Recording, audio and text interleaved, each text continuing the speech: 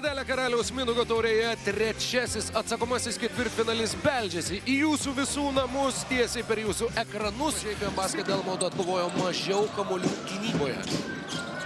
O čia ir pirmieji Jonavos taškai. Kiek išsklaidyta Žalgirio gynyba. Kriki prie savęs turėjo žemesnį oponentą, bet Kriki pats yra žemesnis oponentas. Laurinas Birutis, atiduotas kamuolys Los ir Vytis.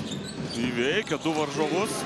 Gražus euro Aikštelė nėra pražangos čia. Adomas Sidrevičius stabdo. Ir Žalgiris nebeturi komandinių pražangų, tad Jonava greitame puolime metimų skrieja. Tiesiog rungtynių laikas.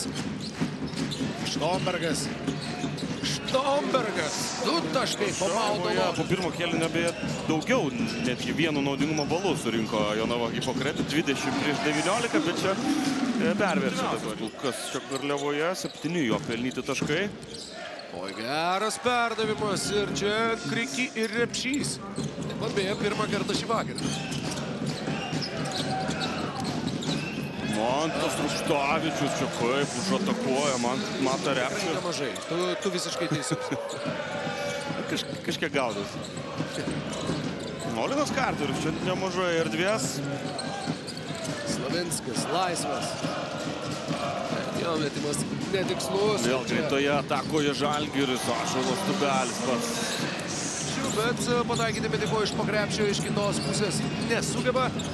Mikalauskas susirena. Kajus Mikalauskas. Slavinsko jį ten bando užspausti varžovai, pražangos nėra. Ir jau Žalgiris greitoje atakoje. Ir čia Mantas Rukštavičius 2 su pražanga. Rukštavičius dviese dabar žaidžia su Dastinu Slyva. Jis surašo rezultatyvų perdavimą. Tolimo metimo iki turbūt gražiausio rungtynių epizodo. Drįsčiau pritarti, kolega. Džiugu. Olinas Karteris.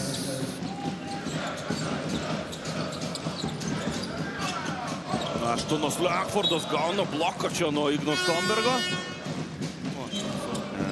Tas pats Olinas Karteris tik 3 iš 9 pataikė. Štombergas įveikė jaunąjį Dovydą Puiką, taip kad Mikalauskas ir Štombergas aikštėje kartu. Šią akimirką Kajus Mikalauskas antras sykį pataikė. Tomas Sidarevičius.